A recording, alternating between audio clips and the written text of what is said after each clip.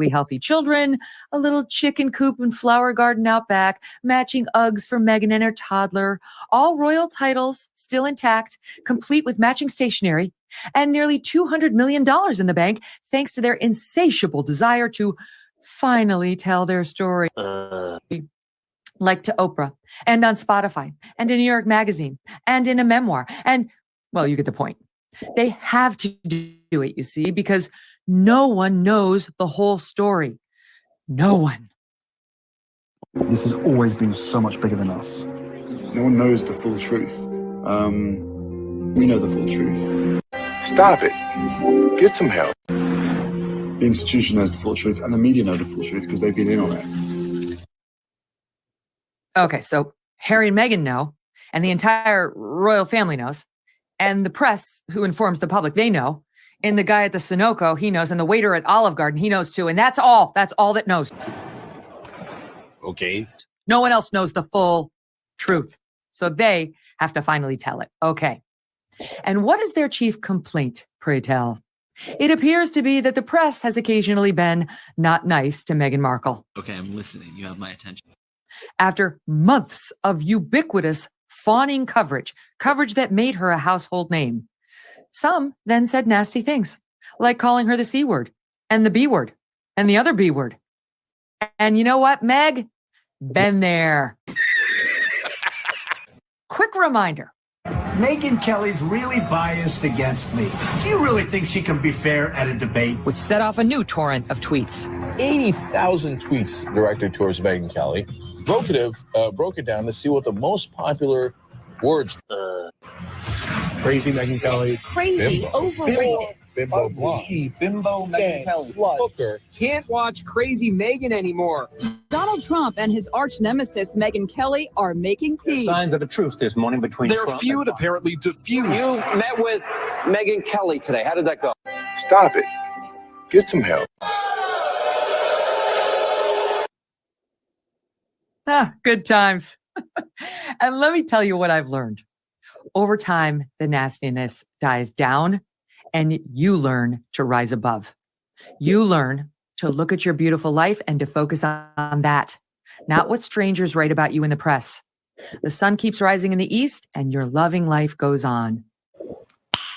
Nice. No matter what people tweet or print about you. As King Charles once said, and I know you've seen this because it's in your series, you let this stuff take hold of you at your peril. I am the one, the way your son don't need. If you don't try to work out in your own mind some kind of method for existing and surviving this kind of thing, you would go mad, I think. Here we go again. Obsessing over the negative pieces for 5+ years is another way to go. Constantly playing the victim despite the enormous gifts you've been given. Okay, I'm listening. You have my attention. But this is not healthy, nor is it particularly attractive. And newsflash, it has the added effect of making people dislike you, thus feeding the demand for even more negative press. Boring. The people this pair is asking to feel sorry for them have their own problems, real ones. They live paycheck to paycheck for the most part. They have kids in public schools where they worry about depression or drugs and crazy teachers. They work all day. They're tired. They need a vacation that they're probably not going to get, and they don't have a closet full of designer dresses, never mind stylists surrounding them for major black tie events, as we see in this piece. They live in small houses or maybe an apartment. They keep a watchful eye on the rising gas and electric bills, the cost of groceries, as they try to save for college and still give their kids a nice Christmas. Too often they're dealing with health issues or dependency or unexpected layoffs, and they certainly don't give a damn about the mean tweets being sent out about the Duke and Duchess of Sussex. Okay.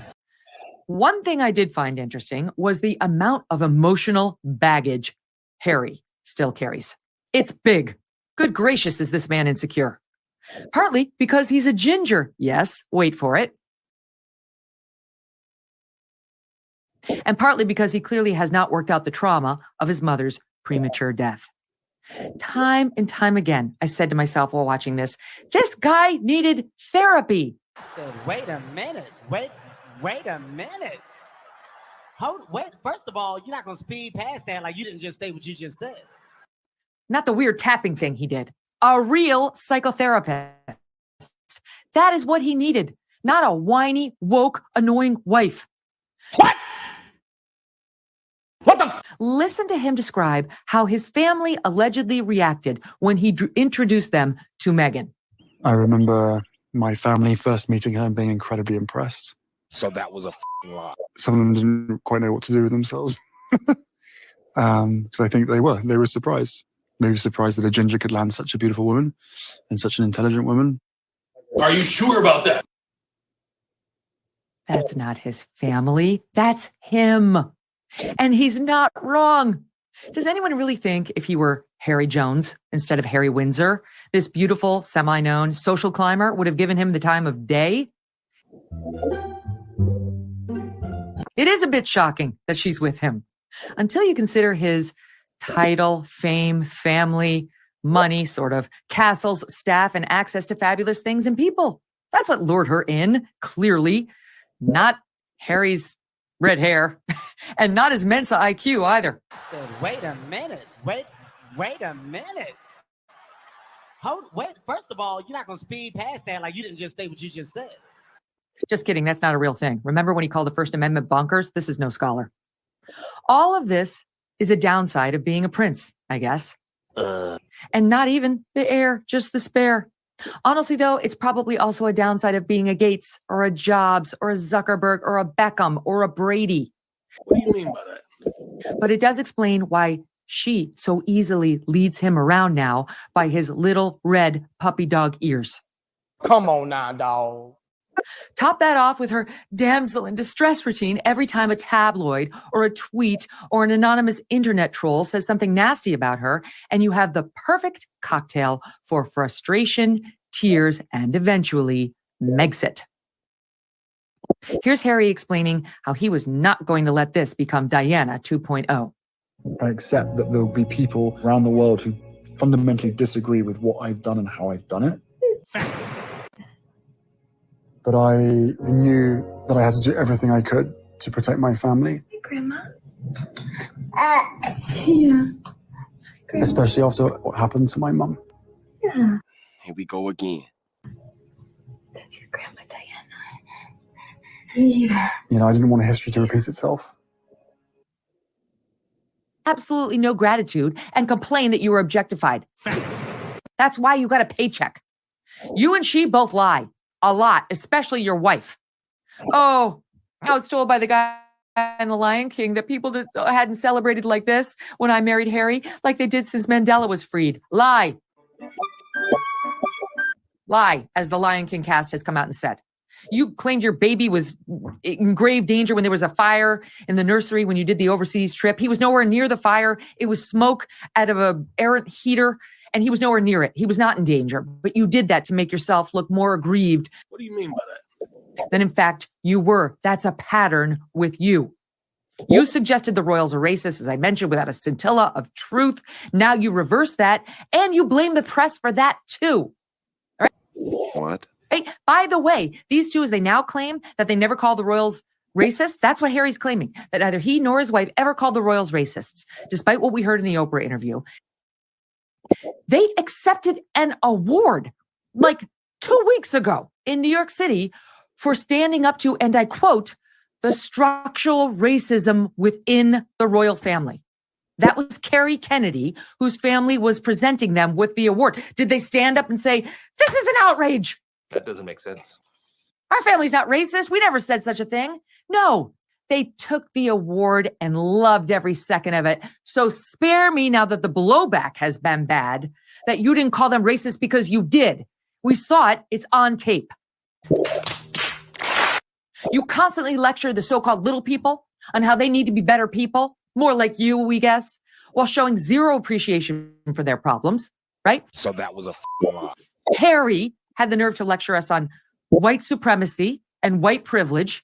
Then their Netflix documentary calls all Brexiters racist if you were in favor of Brexit, which the majority of Great Britain residents were. You're racist. What the hell? She's out there telling us don't call women difficult. By the way, we now know that's what Prince William called her. So like I said before, that whole Spotify series she did was her working out her own issues. She doesn't want you to be able to say women are difficult because that's what Prince William said about her. Don't say diva, don't say bitch. I'm sure they called her that too. You're hypocrites. You lecture us on the environment and how we need to go green and do better as citizens while you're on your private jets and your SUVs with your enormous mansion out in Montecito saying reportedly it's not big enough or good enough for you, right? These are the reasons why we can't stand you. I'm giving you the specifics you so desperately want. You lecture us on kindness and how to be nice and be kind while you bully the little people around you. Half your staff walks out every other week because they can't stand working for you. What does it take to make somebody walk out on working for a royal? Probably a lot.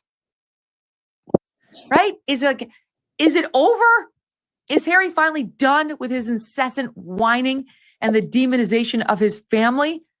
I don't think so. I don't think it's done by a long shot. He's out there giving these interviews. I'm really hoping this is it, so we don't have to keep talking about this guy. They don't seem to ever get bored of the spotlight. Okay. Is your business still using spreadsheets and emails to manage important sales commission? Mm-mm. Is your support and operations staff stretched thin? Not good. Are your salespeople constantly trying to piece together the puzzle for what they're getting paid for and what is potentially missing from their comp? Well, this is where Clear Comp comes in.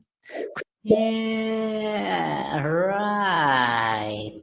Clear Comp is a one-stop shop for your business to manage sales commission documentation like commission plan info, product info, and facts. Nice. It's basically a sales operations and sales enablement dream platform. ClearComp works seamlessly and securely with your existing software applications for your billing, CRM, HR. You get the picture. Your sales team will perform their best with real-time results and earnings using ClearComp's interactive dashboards. And your operations team will be able to make commission plan adjustments with just a few clicks